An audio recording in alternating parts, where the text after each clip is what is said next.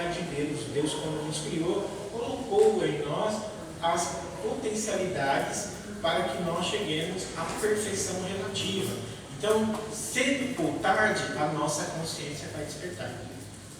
Cedo ou tarde, nós vamos sentir em nós o chamamento para uma vida melhor. Seja pelos aspectos da dor, que muitas vezes vão bater nas portas, ou seja pelos aspectos da compreensão e do nosso esforço.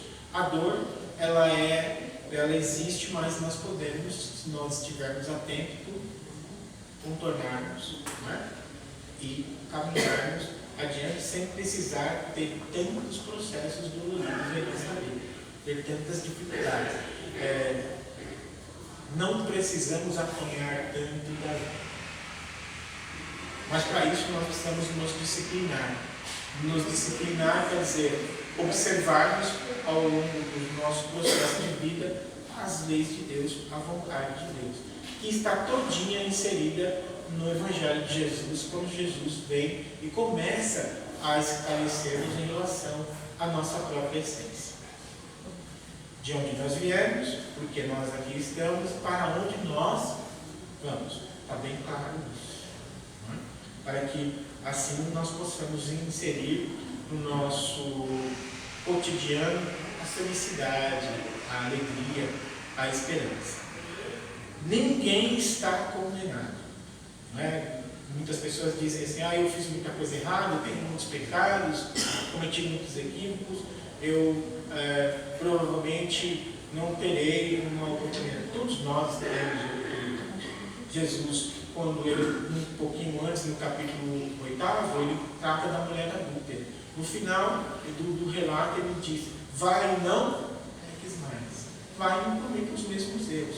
Então, se nós modificarmos os nossos comportamentos, trabalharmos o nosso ser para andarmos numa direção mais correta, nós também estaremos inseridos dentro dos processos da misericórdia, do amor de Deus que nunca nos abandona. Em momento nenhum nós estamos sozinhos. Aliás, em alguns momentos dá até medo, porque o apóstolo Paulo diz que nós estamos sempre com uma nuvem de testemunhas à nossa conta. E eu, quando ouvi isso, eu fiquei preocupado, porque de vez em quando eu comprava umas caixinhas de bis, esperava todo mundo dormir, para mim comer escondido, mas achando que ninguém ia ver, mas tinha uma nuvem de espíritos que estavam me acompanhando e sabiam que eu estava comendo bis. E eu tive muita dificuldade, porque em casa sempre teve alguns médios e alguns deles acordavam no dia seguinte e falavam, nossa, essa noite eu sonhei com chocolate. Aí eu falava, meu Deus, né? Já sintonizou no meu business. Né? Esses processos são naturais de ocorrerem conosco. E os nossos ajustes é que vão dar a qualidade de vida. Se queres ser curado, comece a curar-se por dentro. Se quer ter uma vida mais alegre e feliz, comece a transformar-se de dentro para fora. Se quer ter novos horizontes, compreender melhor a vida, modifica o seu modo de pensar e de sentir. Hoje, nós já vamos poder discutir daqui mais algum tempo os processos da própria autocura, não é? Porque se nós temos a essência, em essência nós somos filhos de Deus, somos detentores também das potencialidades de Deus. E essas potencialidades, quando nós as desenvolvemos, nós podemos nos autocurar, dentro, claro, dos limites estabelecidos pelas leis de causa e efeito. E nós temos também processos a serem resgatados por nós enquanto nós estamos aqui nesse mundo. Nos processos do magnetismo, quando nós vamos estudar, aqueles que conhecem as questões magnéticas, nós vamos ter a oportunidade de compreender que tem pessoas que são dotadas de energias magnéticas e elas conseguem fazer com que os nossos corpos, envolvendo-os com os seus fluidos são energias vitais, né?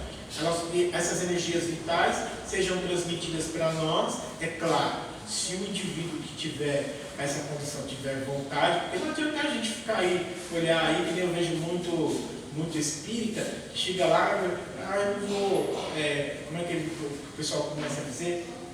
Passe a sua imposição de mãos. Aí eu já fico meio preocupado. Quando eu vejo os espíritas falando isso, eu já fico meio preocupado, porque dá a impressão que eles não estudam ou não conhecem muito bem. Aqui Jesus já fez. O que ele fez? Cuspiu, fez barro e passou aonde? Na vista. Foi imposição de mãos? Não. Depois, mais para frente, ele vai falar assim: Talita cami.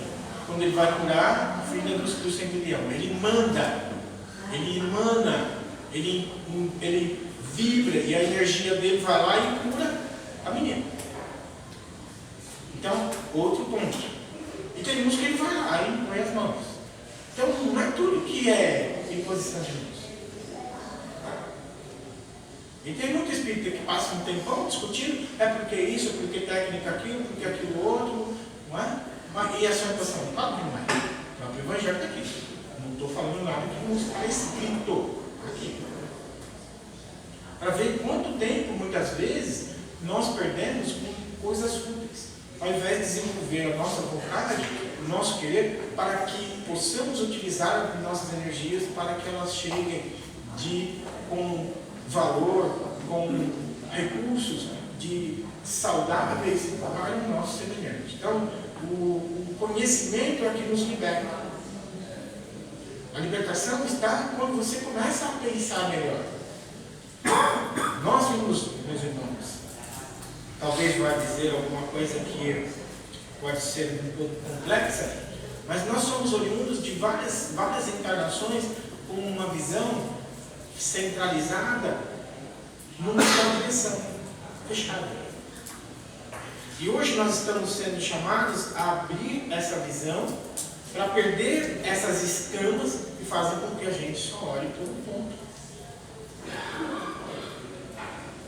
E isso requer um trabalho nosso, pessoal, de sair dessa mesmice, né? Eu vou usar o mito da caverna de Platão, de sairmos da caverna. Vou usar uma coisa melhor.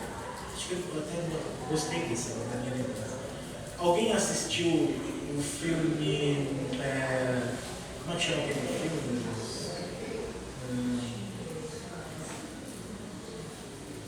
Fugiu o nome agora.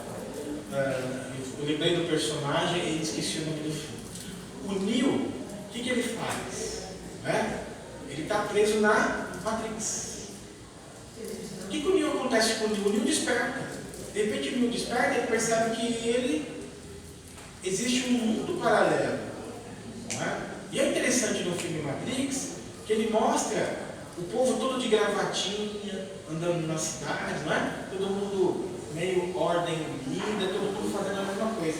E ele, de repente, começa a perceber que aquela não é uma realidade, mas é uma realidade em que estamos todos nós formatados. E de repente ele sai da Matrix e começa a enxergar todo um processo novo e ele começa então a ser o herói, né? Aquele que vem fazer todo um processo de mudança. Apesar de que tem no filme uma parte que eu consegui entender esses dias, que ele vai diante do oráculo e eu pergunto para o oráculo: eu sou aquele que vem para fazer a mudança, aquele que sou o salvador? Ele falou não. O oráculo disse para ele não. Por que ele não é o salvador, se todo mundo acha que ele é o que vem para mudar? Porque ele tem que morrer. Olha a semelhança com Jesus. Olha a semelhança lá com Jesus. Os símbolos que se utilizam nos filmes são os mesmos que nós temos lá para trás.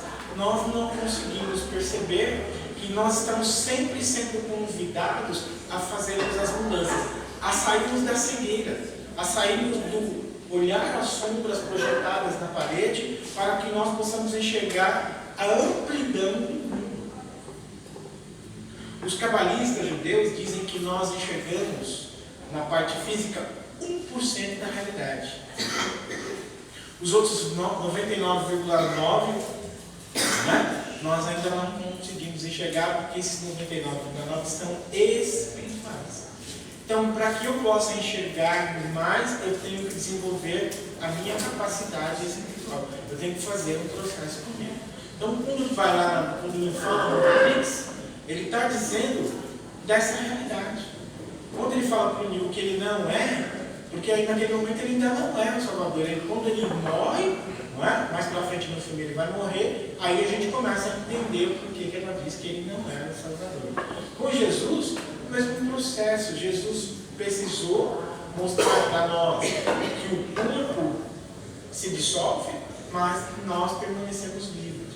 Porque Jesus, logo em seguida ao processo do corpo, ele ressurge para nós, mostrando a nossa imortalidade. Ele ressurge glorificado, ele ressurge numa condição já bem maior do que aquela quando ele iniciou. Já era grande, né? Nosso mestre já era bem, já era o nosso governador. Mas depois desse processo ele avançou muito mais. Não existe, meus irmãos, punição. O que existe são processos nossos, necessidades nossas para que nós possamos nos reestruturar física e moralmente, para que nós possamos caminhar. Deus, nosso Pai, nos dá as condições. E à medida com que nós vamos nos ajustando às suas leis, as nossas dificuldades, os nossos problemas vão diminuindo. Por isso que Jesus também vai dizer: meu fardo é leve, meu jugo é suave. O fardo de Jesus é leve, o jugo dele é suave, não é porque nós nos convertemos de repente aos seus ensinamentos, mas porque nós passamos a vivenciá-los, nós passamos a buscar ajustar-nos dentro daquilo que o Mestre nos exemplificou, nos ensinou. Assim, os nossos fardos vão ficando mais leves. Porque não adianta, meus irmãos, nós chegamos aqui, eu agora me converti para Jesus. Tá bom. Começo a frequentar a casa, começo a vir às palestras, começo a ficar aqui um pouco mais, vamos dizer, mais perto dos trabalhadores da casa, bater um papo, mas não mudar o meu comportamento, não mudar aquilo que me traz dificuldade, que me traz problema. Continuo mesmo casca grossa, continuo grosseiro, continuo ainda uma pessoa que tem dentro de si algumas revoltas, né? Continuo dentro de mim alguém que não tem boa vontade. Quando precisa fazer um trabalho para alguém, eu sou cheio de críticas, cheio de apontar dedos. Esse é somente um frequentador. Ele só está aqui, mas ele ainda não se dispôs a fazer a mudança. Esse é um daqueles que Kardec fala no Evangelho segundo o Espiritismo. Aquele que está no começo, aquele que tem contato, que está ouvindo a doutrina, vai precisar de uma outra encarnação para que aqueles conhecimentos comecem a fazer efeito, né? Porque a doutrina também tem os seus, dentro das características dos seus adeptos, tem aqueles que estão um pouco mais atentos, aqueles que estão um pouco mais vivenciando, buscando essa vivência, tem outros que ainda estão distantes ainda da compreensão, da absorção dos ensinamentos. Então, quando Jesus vem e fala dessa cura da cegueira, ele está falando disso, tirar esse processo que nós vimos trazendo conosco. Né? E esses processos, meus irmãos, eles já vêm de outras encarnações.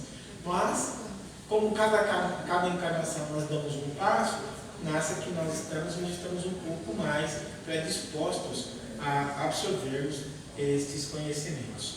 Cego de nascença, né? Eu nasci cego. Então, eu já trago uma cegueira que vem lá de trás. Eu já venho com esse processo há algum tempo.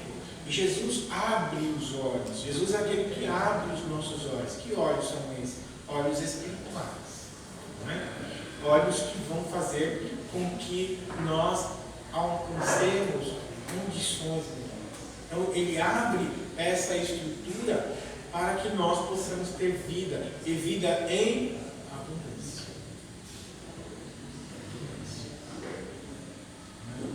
Essa vida em abundância é uma vida que nos chama a uma realidade diferente, a uma realidade que nós ainda não estamos habituados a ver, a perceber. Né? Então, esse é o contexto em que Jesus nos propõe. Alguma pergunta? Não? Tudo bem? Está dando para entender isso? Está complicado? Não? Se tiver alguma dúvida, pergunta. Tá? Então, nem tudo, meus irmãos, é expiação, nem tudo é prova.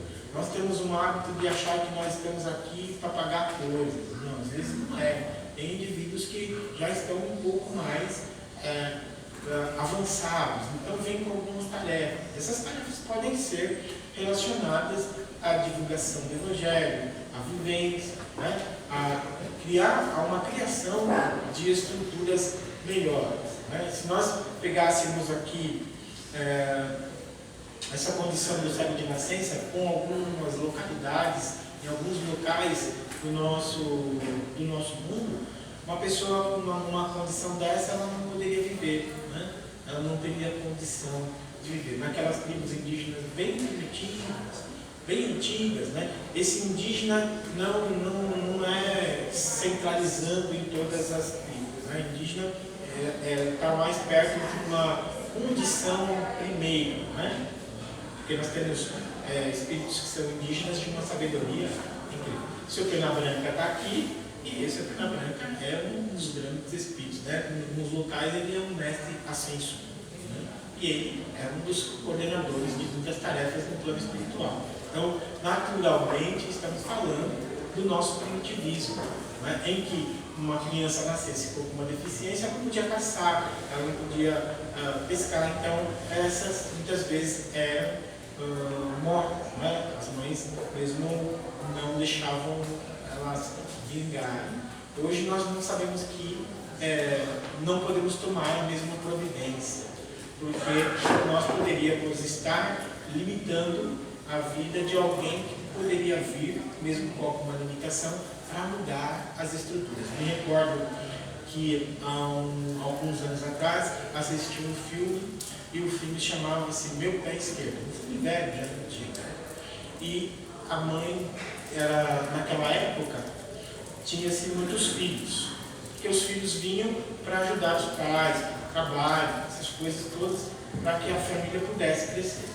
E ela tinha tido já uns 4 ou 5 filhos, e um sexto filho, não, ao contrário, ele tinha tido três filhos, já um pouquinho mais adultos, três filhos, uma menina, e depois veio o 5º filho, que era deficiente. Ele veio com a deficiência, ele só mexia uma parte do pescoço e mexia um pé, que era o pé esquerdo dele. E o pai dele era aquelas pessoas um pouco mais brutalizadas, né? E ele falava que quando ele percebeu que o filho dele tinha nascido daquela forma, ele rejeitou. Porque ele começou a cobrar a mulher, falando: isso não vai poder fazer nada, ele tem planejado, né? E o pai dele era aqueles senhores rudes que viviam no bairro. Quando nascia um filho, ele ia para o bairro comemorar com os amigos, né? Porque a família dele era uma família que tinha muitas possibilidades por causa dos filhos que ele tinha, né? E ele representava toda aquela estrutura da família como um homem forte. E ele rejeitava aquele filho. Então a família sentava-se na mesa e ele ficava no chão, porque ele não tinha como sentar. Então tomava as refeições no chão. E ele ficava bravo porque as pessoas olhavam para ele com pena e ele não conseguia falar. Todo mundo ia para a escola e ele não conseguia ir para a escola. Ele ficava ali. A mãe, as mulheres são sensacionais, gente. Amanhã é dia da mulher, né? E eu quero aqui agradecer às mulheres, porque não há requisito em que nós possamos desenvolver palavras ou pensamentos para que a gente possa agradecer às mulheres, porque são seres sensacionais. Eu sou feminista. Se alguém não gosta, eu gosto muito. E a mãe, percebendo toda aquela fragilidade do filho, nunca desistiu de mim, nunca. Ela foi indo, falando com ele, não falava, não se mexia direito. Ela pegou um giz, colocou um giz no chão E ele pegava aquele giz, ele tentava fazer uma letra, ele não conseguia, com aquele pé, com aqueles 2 dedos do pé, não conseguia fazer alguma coisa trêmula, todo mundo ficava na expectativa, e ele cansava e não conseguia, e aí todo mundo ficava decepcionado, e o pai falava, e ele bravo com o pai. Né? Há um certo instante do filme, ele percebe, as pessoas estão discutindo as questões de matemática dentro da família, a mãe tentando ensinar os filhos, e ele, só de ouvido, ele sabia o resultado, ele tenta escrever o resultado, ele coloca ali um primeiro número, eles ficam atentos, coloca o segundo e coloca o terceiro número. Quando ele coloca o terceiro número, ele falou, pessoal, ele é muito inteligente. E todo mundo ficou boquiaberto com a capacidade de cálculo. A partir daquele momento, aquele exercício, aquele processo foi indo, ele começou a desenhar. Quando ele começou a desenhar, fazer alguns desenhos, o pai começou a já perceber as mudanças, o pai começou a sentir o orgulho do filho que tinha. De repente o filme muda, faz-se um futebol na rua. E ele era levado num carrinho, fica um carrinho de madeira, fechado dos lados e aberto na frente, porque ele tinha que ficar numa posição, o tronco tinha que ficar bem levantado e as pernas para baixo. Então ele era levado naqueles carrinhos, não aqueles carrinhos que a gente fazia carreto, não sei aqui vocês, mas a gente fazia carreto e fazia as rolemãs da frente, as de trás, fazia todo um processo, só que o carrinho que ele era colocado era aberto na frente. E ele era levado. De repente fez-se um futebol entre as famílias, né? E eles eram aquela família briguenta, não é? Típica família de italiano, né? Aquelas que gosta de brigar o primeiro e ir até o fim. E é interessante que eles colocam ele no gol. E ele só pode defender com a cabeça. De repente o cara chuta uma bola de meia, e ele prende a bola de meia com a cabeça, e os caras vão chutando, e a bola não